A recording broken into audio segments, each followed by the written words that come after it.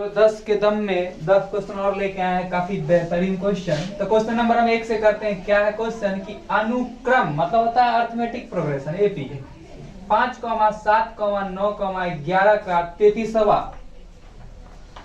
का कौन सा पद 33 है। 33वां नहीं बोला, कौन सा पद 33 है। तो अगर कोई बच्चा एग्जाम में बैठता है और उसको कुछ नहीं आता है तो इतना सबको आता है। 5, 7, 9, 11 देख रहे 2-2 का अंतर जा रहा है ना, +2 हो रहा है ना। 11 में 2 जोड़े 13, 15, 17, 19, 21, 23, 25, 27, 29, 31, 33। जिसको नहीं आता है वो ऐसे भी करके बना सकता है। तो गिनते हैं 1, 2, 3, 4, 5, 6, 7, 8, 9, 10, 11, 12, 13, 14, 15 यानी कि 15वां पद 33 होगा। ऑप्शन सी राइट होगा। लेकिन जिसको आता है वो ऐसा नहीं करेगा तो कैसे करेगा। 33 यानी अंतिमा पद निकालना है। अंतिमा पद an बराबर हमें पता है 33 और an बराबर फॉर्मूला हम जानते हैं a + n - 1 × d बराबर 33 और a के जगह पर हमें पता है पहला पद है 5 + n - 1 डिफरेंस पता है 2 का बराबर 33। n - 1 इंटू में है 2 बराबर 33 +5 इधर गया तो -5 n - 1 इंटू 2 बराबर 33 में से 5 जाएगा कितना बच जाएगा 28 और 2 से कट गया 14 और n बराबर आ गया 14 -1 इधर गया तो +1 यानी कि 15 यानी 15वां पद जो होगा वह होगा सही ऑप्शन। ठीक है, वह छोटी से छोटी संख्या जो 1 से 10 तक की सभी संख्याओं को पूर्णतः विभाजित करती है।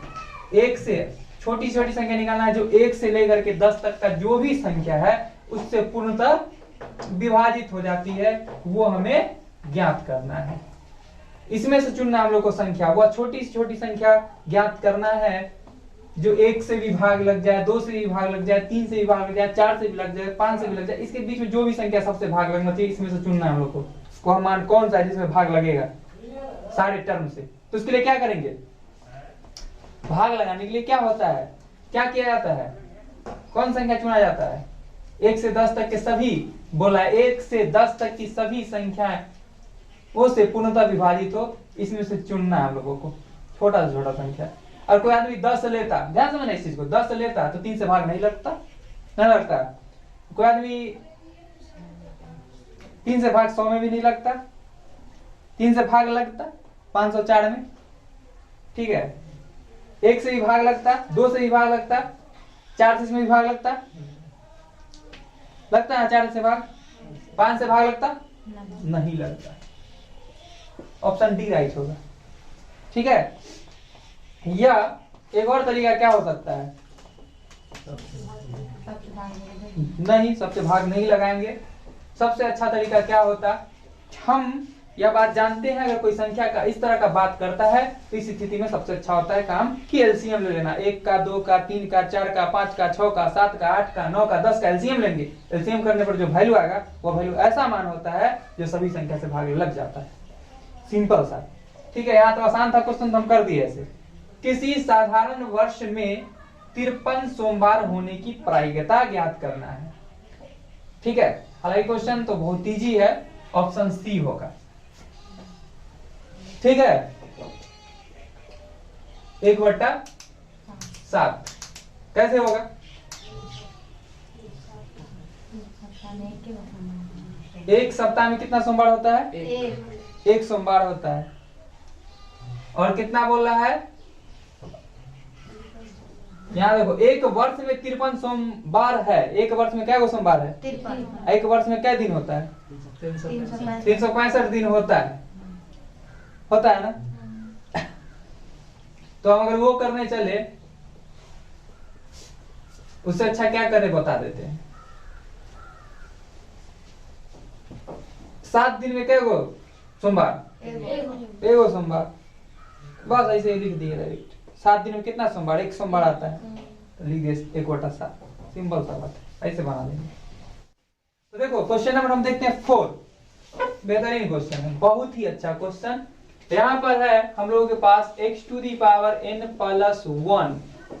का एक गुणनांक x+1 है क्या?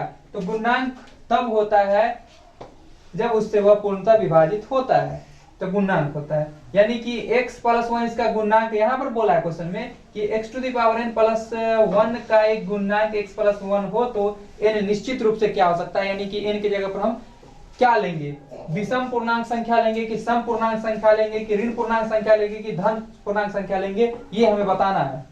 बहुत सिंपल सा है। तो हम लोग बारी बारी से इनकी जगह पर 1 2 3 4 5 ऐसे रखते जाएंगे, पता चल जाएगा हम लोग को खुद ब खुद। तो यहाँ पर ये डिवाइड हो रहा होगा x+1 से। अगर हम n का वैल्यू 1 ले लेते हैं तो x पर पावर n की जगह पर 1+1 यानी कि x⁴1 लिखने का कोई मतलब नहीं रह जाता, +1। अब देखो ये से तो ये कैंसिल हो गया कैंसिल। लेकिन जब n बराबर हम 2 ले तो दे देता है x² + 1 और बट्टा में आ जाता है x+1। ये कभी कैंसिल होगा ही नहीं। अगर नहीं विश्वास हो तो तुम लोग डिवाइड करके भी देख सकते हो, डिवाइड करके देख सकते हो। x+1 को x² + 1 के साथ डिवाइड करके देख सकते हो, ठीक है। तो देखो क्या देता है, x से गुना कर दिए x² दे दिया, इसको इससे गुना कर दिए तो क्या दिया +x, यहाँ से माइनस माइनस ये से कैंसिल, यहाँ से बच गया -x, यहाँ से बच गया +1। अगर माइनस से गुना कर दे तो क्या रिजल्ट दे रहा है, ध्यान से देखो, -x minus minus plus minus -1 minus है तो प्लस, ये से कैंसिल। इस फल क्या बच जाता है 2। इस स्थिति में कटा क्या, नहीं कटा।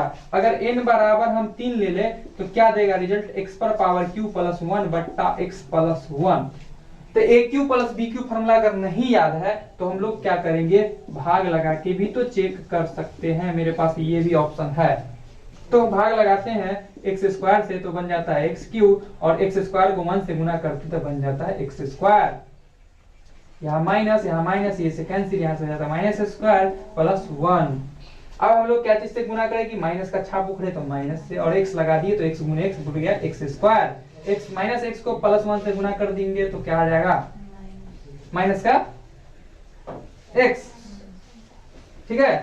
अब ध्यान देखो, माइनस है तो प्लस, माइनस है तो प्लस, ये कैंसिल, यहाँ से उतर गया x+1 कितना टाइम्स, +1 टाइम्स, और आ गया x+1। शेषफल बचा कुछ, शेषफल कुछ बचा क्या, नहीं 0। अगर इसी प्रकार हम n का वैल्यू 4 रखे, 5 रखे तो हम हर स्थिति में क्या देख रहे हैं, n अगर विषम संख्या लेते हैं तो कटते जा रहा है, भाग लगते जा रहा है। लेकिन अगर सम ले रहे हैं तो भाग लग रहा है क्या, नहीं। तो यानी कि इसका आंसर ए राइट होगा, विषम पूर्णांक। समझ में आ गया, ठीक है। फॉर्मूला से भी कर सकते थे, यदि PE बराबर 0.7 तो PE0 मतलब किसी काम को होना और किसी काम को न होना जोड़ देते हैं तो पूछ जाता है। वो न होना मतलब 0, होना मतलब एक के वो बात है कि होगा तो होगा। मतलब PE + PE0 बराबर क्या होता है 1 के। ये फॉर्मूला है कि PE + PE0, इस पे ये लगा हुआ मतलब PE0 बराबर किसके होता है 1 के। और हमें यहाँ पर पता था क्या चीज, PE का वैल्यू 0.7 और पूछा जा रहा था PE0 क्या होगा। तो देखो PE0 क्या होगा, प्लस इधर आया तो -0.7 होगा, और 1 में से 0.7 जाएगा तो 0.3 होगा, यानी कि ऑप्शन बी राइट होगा, ठीक है। नेक्स्ट क्वेश्चन क्या है, यदि दो संख्याओं का मौसो दिया हुआ इतना, लौसो दिया हुआ इतना, तो बोल रहा है तो संख्याओं का गुणनफल क्या होगा। तो हम लोग फॉर्मूला पढ़ चुके हैं, दो संख्याओं का गुणनफल बराबर होता है मौसो गुने लौसो। दो संख्याओं का गुणनफल बराबर ही होता है मौसो गुने लौसो, तो मौसो को गुना कर देंगे लौसो से, आंसर आ जाएगा।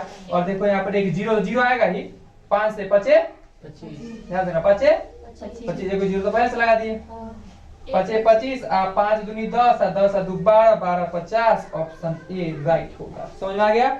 नेक्स्ट क्वेश्चन देखते हैं हम लोग क्या, सूर्य का उन्नयन कोण जब किसी खड़े खंबे की छाया और उसकी ऊंचाई के बराबर हो। इससे आसान क्वेश्चन कोई नहीं होगा।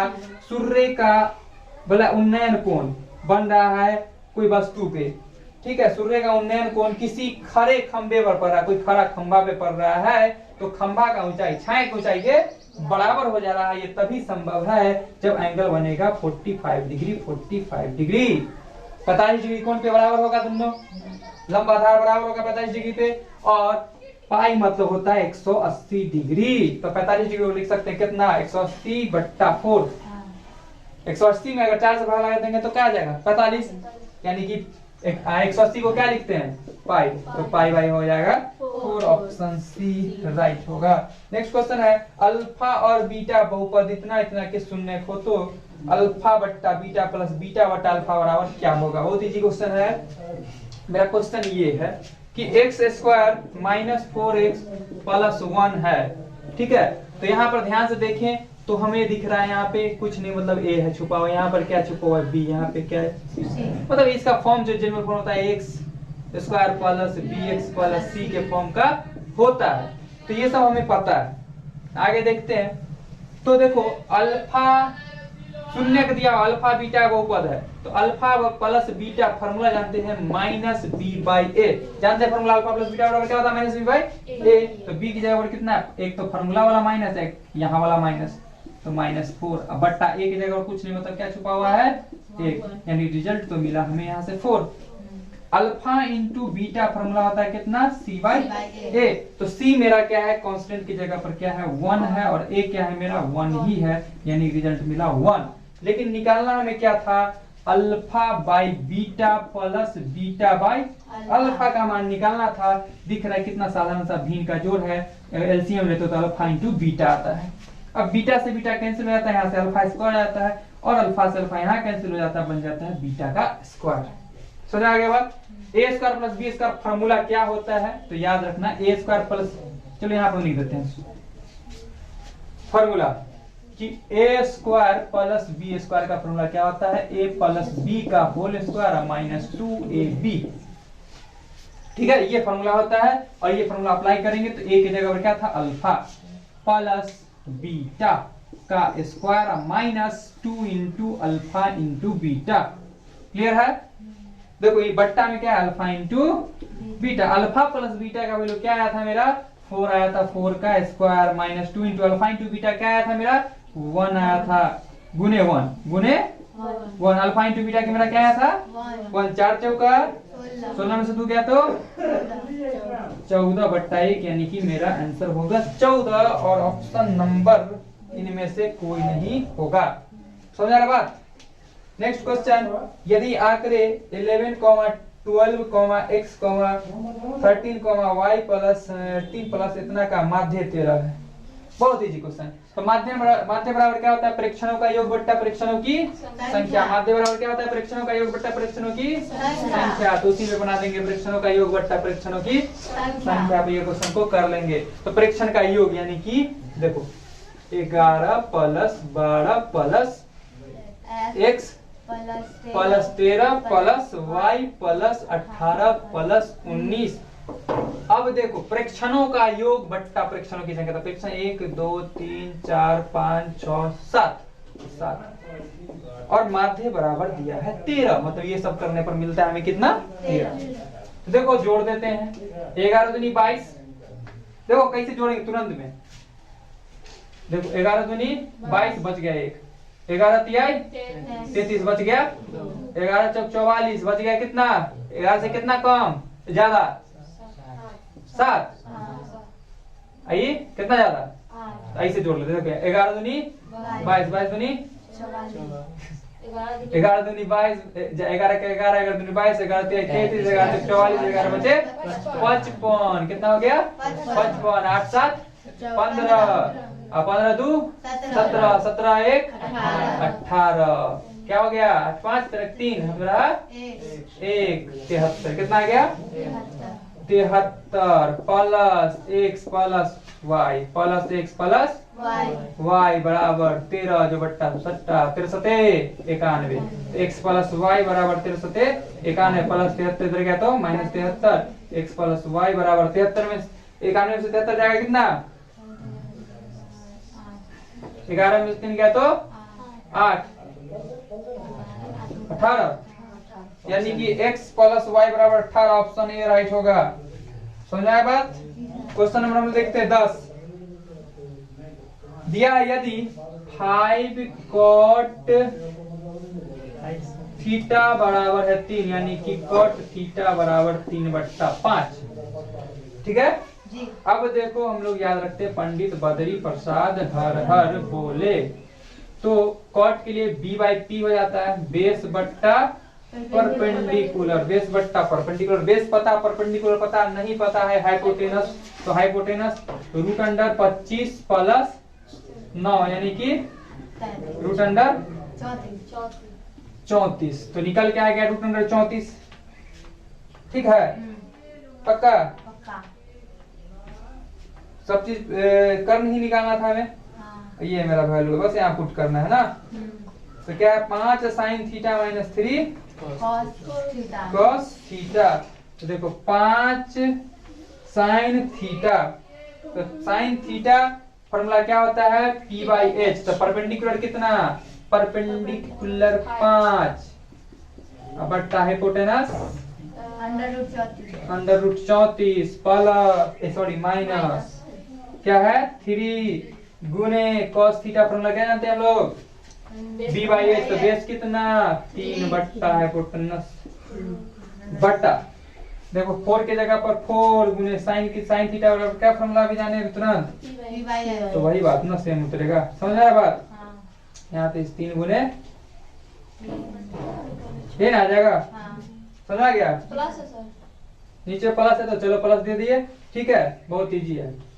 तो यहाँ से देखो क्या आएगा 25 माइनस 3 3 9 बट्टा में आएगा रूट 34 एलसीएम, नीचे भी रूट 34 एलसीएम, और यहाँ से 5 चौका 20 प्लस 3 3 9 रूट 34 से रूट 34 कैंसिल, 25 में से 9 गया तो 16, अब ये जुड़ गया 29, 16 बट्टा 29 ऑप्शन बी राइट होगा। चलो नोट कर लो।